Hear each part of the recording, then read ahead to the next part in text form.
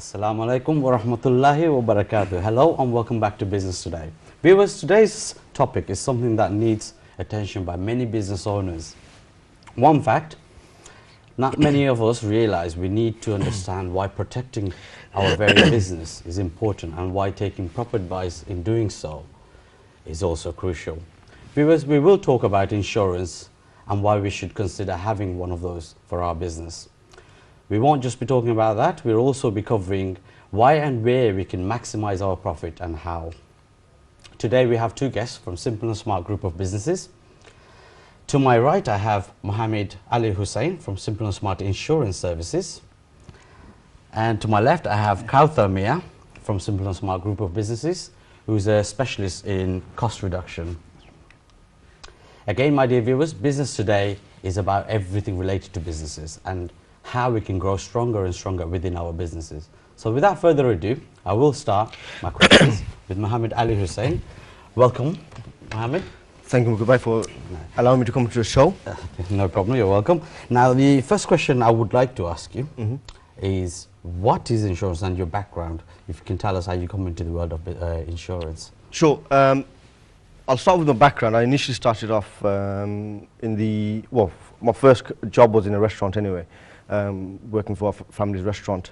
And after that, I went into college, moved on to the banking industry. And during the banking industry, whereby I progressed my career from the cashiers to looking after customers, looking after businesses, is when I actually realized that a lot of our, especially within the Indian restaurant industry, takeaway, etc., where they were opening accounts, etc., and they were talking about things like that. And one of the jobs I had to do was to do what's called an appraisal of a business. And whilst doing the appraisal of a business, I realized that the customers actually weren't looking at the insurance as a important element of the business. Okay. The reason for that being is there was all cheap as possible, or looking at other aspects of the business and not concentrating on the insurance aspect of it. Is overlooked in many ways. One of the ways was not looking at where the business can benefit from having the right insurance policy in place. Okay, okay. So what is insurance then? That was my other question. Insurance actually is a legal requirement for all business enterprises that are registered within the UK, United Kingdom. The legal requirement of it is primarily the employer's liability, and also the public liability to a certain extent. But however, insurance is not understood by many people as integral clog within the business. So I would say insurance is probably a fundamental part of any business. Okay, okay. Well, obviously I understand that insurance, it's something that's covering your business all the way to your professional indemnity to, I guess that's the main core of That's business. correct. That's correct. Insurance is, isn't it? If you look at the businesses, let's just pick a sector to make it easy for everybody to understand. I mean, I'll use the restaurant because we all know. You actually mentioned overlooked. Can I just stop Yeah. you? Overlooked. What do you mean by overlooked?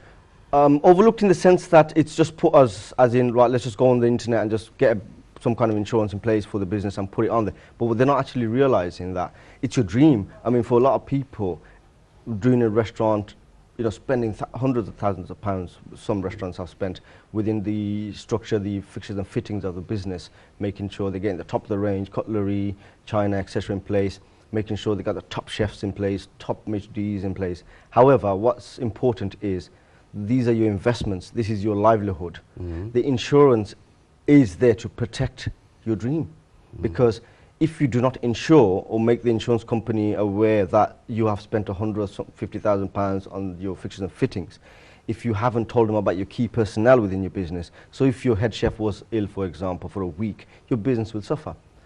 In the sense that your second chef may not be able to cook the same extent. So you can have that sort of cover, is it? Of course you can. You'll be surprised from an insurance perspective what we can insure for a business. All the way from the nail to possibly the chicken itself that's cooked. Every aspect of the business can be insured. Can be insured. Okay, that's interesting. How about the fact that if everybody's insuring, then that means at least they're doing their bit, or are there is not everybody insuring. That's what the are problem. you finding from your research at the moment? We get, alhamdulillah, I must say, we do get a lot of calls, existing customers as well as new customers, and some customers just phone in because we're a Bangladeshi organization, as well as you know, for every other group out there we provide insurance for. People just phone us up and ask us general questions. Oh, I've got my insurance in place, but my insurance company is not paying out because they're saying some excuse about, you know, I didn't tell them that my building is listed, or I didn't tell them that my building is worth £500,000. You know, so they say I underinsured my business. Can I just interrupt you there? Sorry, Mukib. Yeah, carry on. Now, what it is, it sounds very familiar to a friend of mine who's telling a story from his restaurant. He had insurance and he didn't realise, looking at the terms of clauses, that he had to get his ducting system cleaned, which is a canopy system we call it. Okay, yeah, all sorts of clauses in an insurance. Yeah, to be honest, I'm not very thorough on this. I'm sure Mr. Hosseini, he knows, you know, he'll go into it in depth. But what it is, he says something about, just scratching the surface here, something about not having cleaned his canopy the proper way or something like that. Okay. Something along those lines. I wasn't 100% sure because I don't really work in that field. But so his insurance didn't pay out when he had the fire damage. I think mainly because it could have been of the ventilation system being clogged up or something like that. Well, I'm sure you know, you will correct me on that if I'm wrong. In regards to the clauses of an insurance policy, as underwriters ourselves, we at Simple and Smart make it imperative that we make you aware of the clauses. Believe it or not, a lot of customers will say, oh no, no one's ever told me that before. Why are you telling me this before? First of all, because it's our professional duty to tell you so. Secondly, the fact is, I ultimately personally believe, and every single one of my staff, if anybody phones in, will realise is they all follow the one ethos, is to look after our customers ultimately. Yeah. I mean, are these clauses all across the board, or is it just certain policies? No, these clauses are, there's always clauses within an insurance policy. I mean, canopy, I know that's in every single restaurant policy. That is, and you will be surprised how many restaurateurs do not comply by it, and it is actually horrifying in the sense that your chefs will clean the filters, etc., but at least a minimum warranty is 12 months.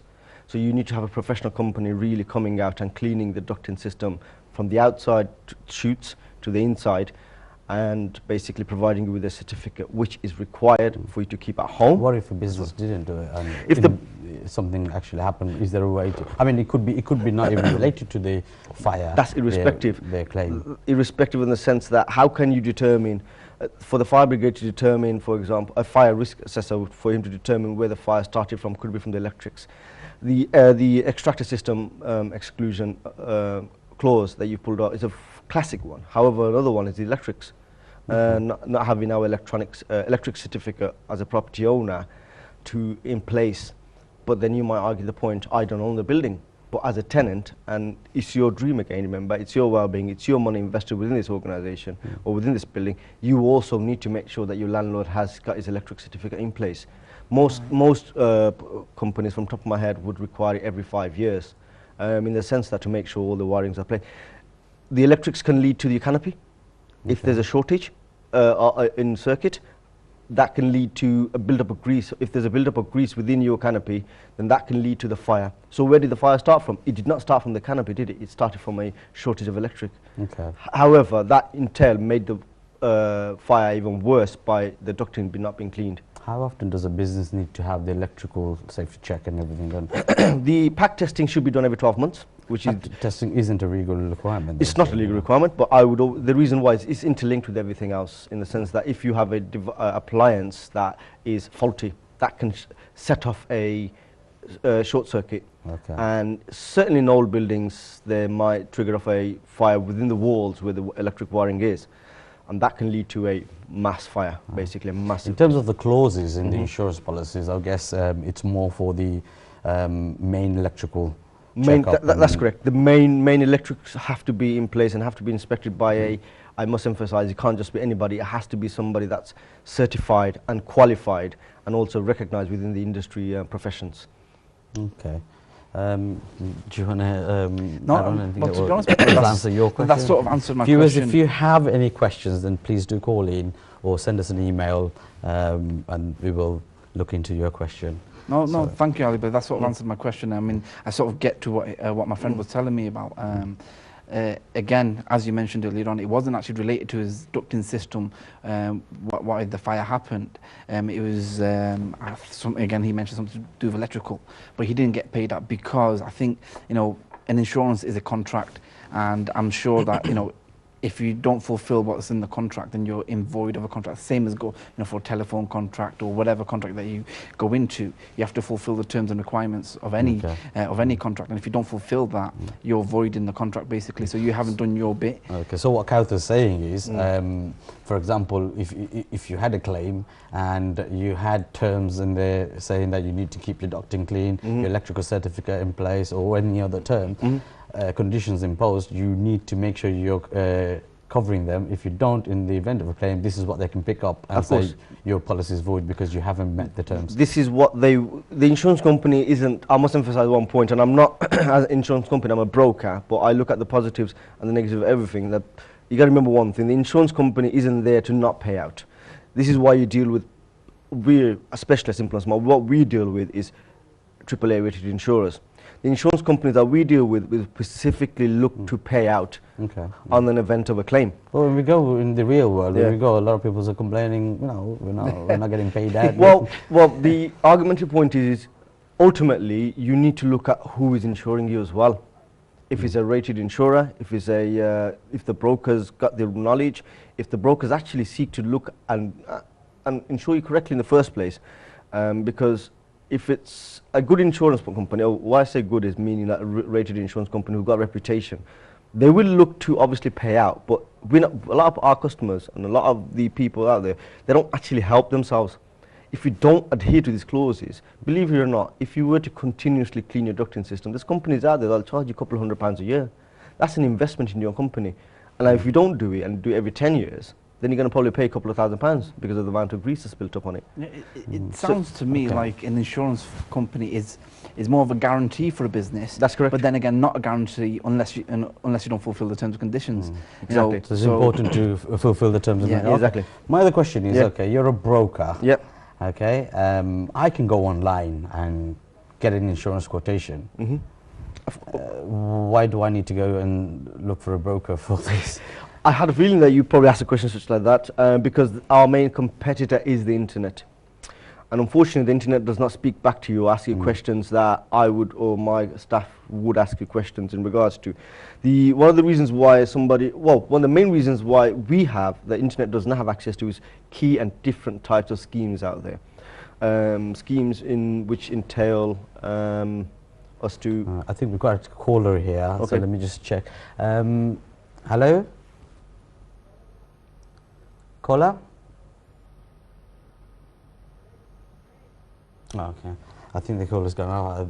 Anyway, we're coming to a break anyway now. So, viewers, we're going to be coming back after the break and answering this question, why do we need to use a broker?